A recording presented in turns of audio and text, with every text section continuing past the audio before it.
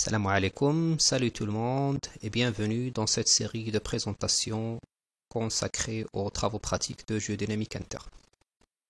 Alors, ces travaux pratiques de pétrographie s'articulent autour de trois axes, les minéraux, les roches magmatiques et les roches métamorphiques.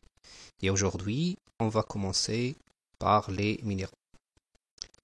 Le but des travaux pratiques de pétrographie est d'apprendre à l'étudiant comment reconnaître à partir d'une démarche scientifique objective les principaux minéraux et classes des roches. Ça veut dire que vers la fin des travaux pratiques, si on vous donne un minéral ou une roche, vous devez vous baser sur les critères de reconnaissance macroscopique pour faire la description et reconnaître l'échantillon en question. Pour commencer, on va essayer de définir quelques termes. Alors, la pétrographie, c'est la science qui a pour objet l'étude des roches. Le travail du pétrographe, ça veut dire la personne qui fait la pétrographie, consiste à décrire les roches, les nommer et les classer. Un minéral est un solide homogène d'origine inorganique, de gîte naturel, possédant une composition chimique et des propriétés physiques caractéristiques et généralement doté d'une structure cristalline. Pour classer un minéral, on se base principalement sur la formule chimique et plus précisément sur le radical anionique. Alors, on distingue 8 classes de minéraux. Il y a les éléments natifs, les sulfures et sulfosels, les oxydes et les hydroxydes, les halogénures, les carbonates, les nitrates et les borates, les sulfates, les tungstates et les molybdates, les phosphates, les arséniates et les vanadates, et la dernière classe, c'est la classe des silicates et c'est la classe la plus importante. Il contient ou bien il englobe plus que 35% des espèces minérales qu'on trouve dans la nature.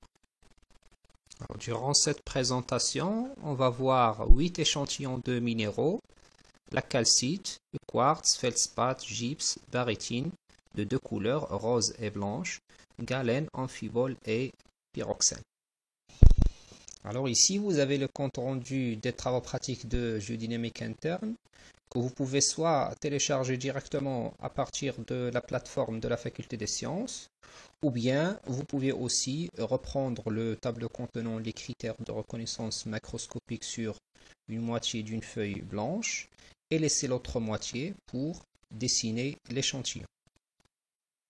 Et s'il vous plaît, n'oubliez pas la légende et l'échelle de chaque dessin.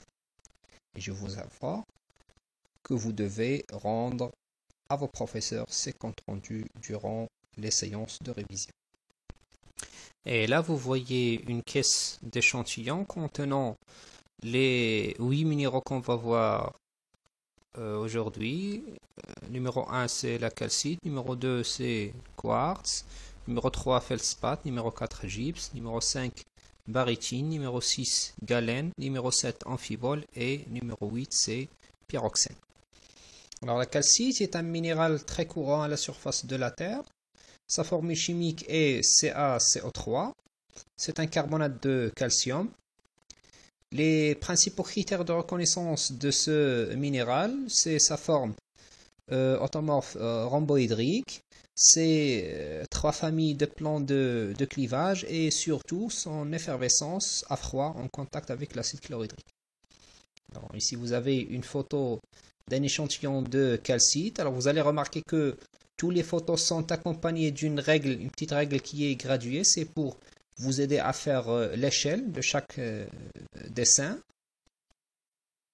Et sur l'échantillon, vous allez voir qu'il y a une petite cassure ici et les plans de clivage. Alors, le quartz, c'est un minéral qu'on trouve presque partout à la surface de la Terre, puisqu'il est présent à la fois dans les roches sédimentaires, les roches métamorphiques et aussi dans les roches magmatiques. On peut le trouver sous différentes couleurs.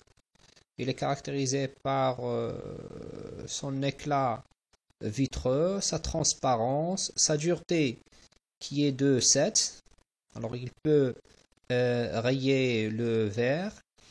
Sa cassure est conchoïdale et il peut présenter des stries et c'est le minéral à partir duquel on fabrique du verre. Alors ici à gauche vous avez une photo d'un échantillon de quartz. Ici vous avez une petite cassure et ici vous avez les stries qui sont bien claires.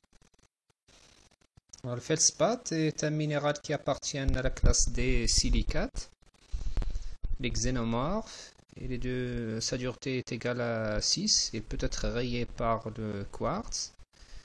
Son clivage est fin et difficile.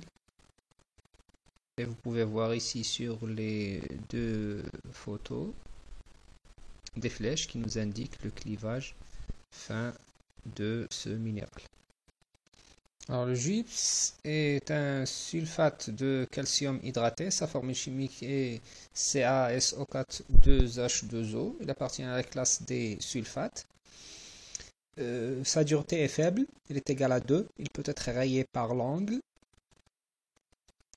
Il peut se macler aussi en fer de lance. Et il est connu par sa solubilité dans l'eau. Et c'est le minéral qu'on utilise pour la fabrication du plâtre.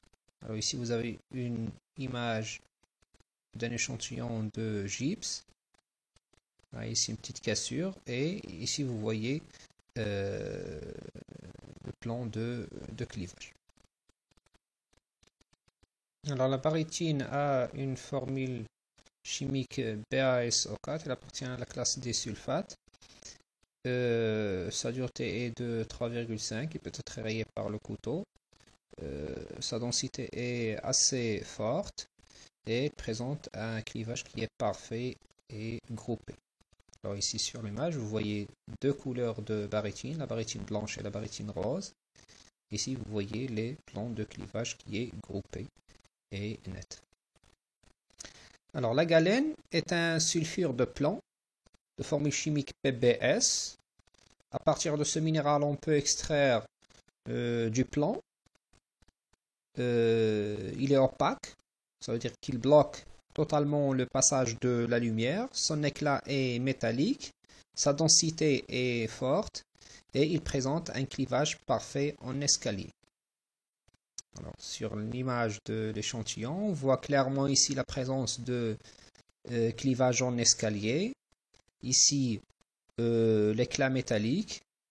Et ici, j'ai mis en rouge un axe qui présente le macle dans cet échantillon.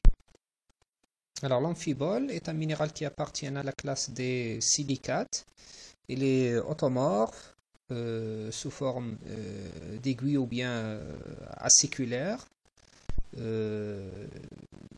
a un éclat soyeux et il présente deux familles de plans de clivage.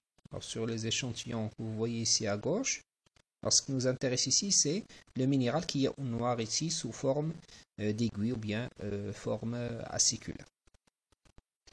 Alors, le dernier minéral qu'on va voir, c'est le pyroxène. Il appartient à la classe des silicates.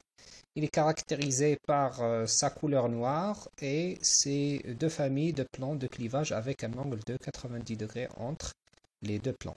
Alors ici, vous voyez une roche polyminérale qui contient des minéraux noirs que j'ai indiqués par des flèches. C'est le pyroxène. Merci pour votre attention et je vous informe que toutes les photos que vous avez vues durant cette vidéo peuvent être téléchargées à partir de la plateforme e-learning de la Faculté des sciences.